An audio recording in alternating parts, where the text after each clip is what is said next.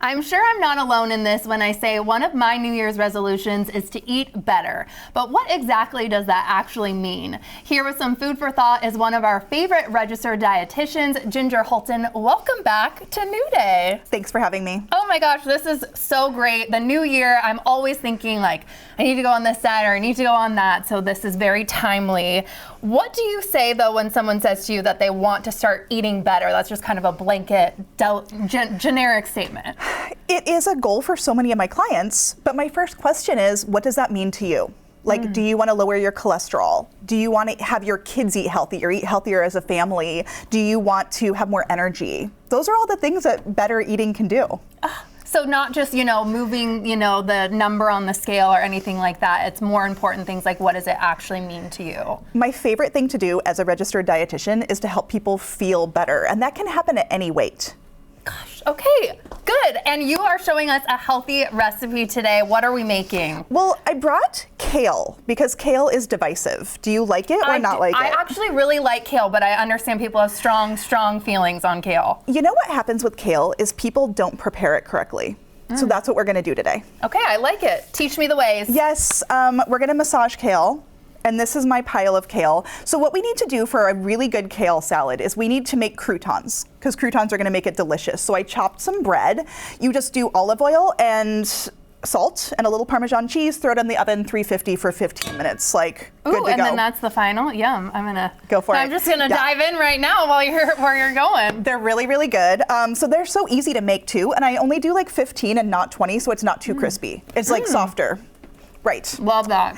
Thanks. And then I'm not going to make the whole dressing because it's very loud, but I am using Greek yogurt as the base because it's a little bit lower in saturated fat. It's got gut healthy probiotics and it tastes really like zingy and delicious. Just plain. Yep. Just plain. Okay. Yep. And high in protein, right? I feel like everyone's always saying like, eat Greek yogurt, do it. It's a really great point. Other things in there is like Worcestershire sauce and some olive oil, some mustard, and of course garlic. Okay, and then you just whip that up? Yeah, it's really easy. I brought my food processor here. You could do a blender, whatever's easiest. Perfect.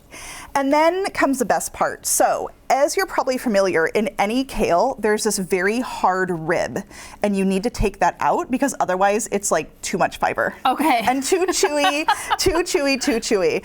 And there's dino kale like this. And all these different types, I know. Curly kale. Okay. Do you have a preference? I don't. What is usually the difference between it's just flavor It's profile? just flavor and just the way that it looks. So this one looks like what a dinosaur would eat, right? True. And this one's like the curly kind that you'll see in restaurants. Are we doing a mix? Let's do a mix together. So once you remove the rib that's like very, very fibrous, you also need to get in there and break it up a little bit because otherwise it's like too chewy and too like veggie green tasting. So what you need to do is like actually get in there. So I thought we could do it in this bowl. And maybe you can try this and take a little handful over here. And then you kind of want to just go. You really do. You want to massage it. Oh. And that makes it so much more soft and it really breaks it up. So, you want to make sure you wash your hands and maybe you could use gloves, but like as you're crunching it. So actually get in there and feel the crunch. You can even hear it. This is therapeutic. I'm kind of digging this. Isn't that fun? ASMR moment. It feels really good. Yeah. But it honestly makes everything taste so much better and you can see how it's becoming more green and soft. Yeah. So once you do that and you massage your kale. For like a couple minutes, you would say, or something? Okay. Yep. And I'm going to give you, there you go. Thank you. I was just going to go with it, Ginger. I'm like, that's fine. We're just going to spoon some of this in, right? And then we're just going to mix it up. That you don't need to do with your hands, people. No. We can just use a spoon, a utensil. You'll get it everywhere.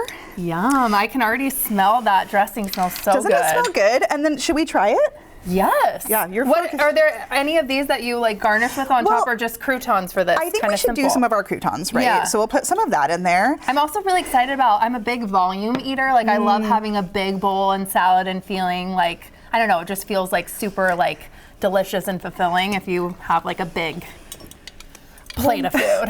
You can have this whole bowl full of kale.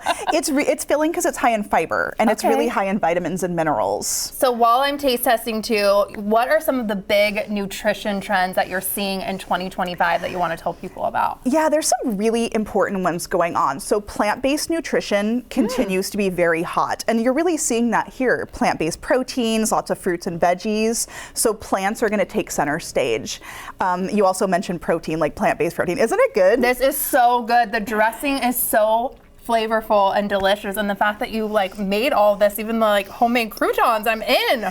Love it. It's very fast and it's good for meal prep. Yes, keep going with the trend. Sorry. Yes, you're also going to see anti-inflammatory diets, and that's a big specialty and passion of mine. But that looks like more fruits and veggies, more antioxidants from foods, and that's why I brought all these fun like chickpeas and blueberries and kale and lemon.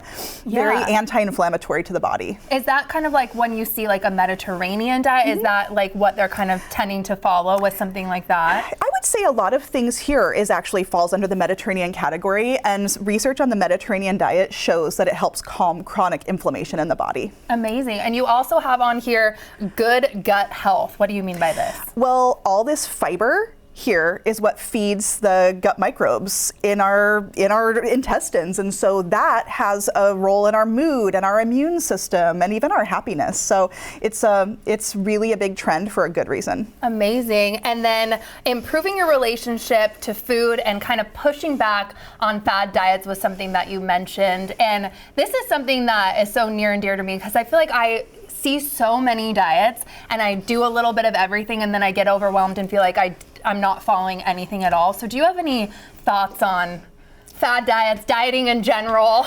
Well, I call that the roller coaster. Yes. So you like do a diet, then you fall off it, then you do it, then you fall off it. Yeah, that's actually my passion, is helping people get off the roller coaster and find a forever diet that works for them. And not dieting actually is often the pathway out of that. Really? And focusing more on just eating the rainbow or like small tips like that, or what do you think? Well, exactly. And you said, I love salad and I love kale. Like, eat what you love. And a lot of times you're working with a specialist like me, like a registered dietitian, that says, how much do you need? How much protein do you need? Like, what does that look like for you?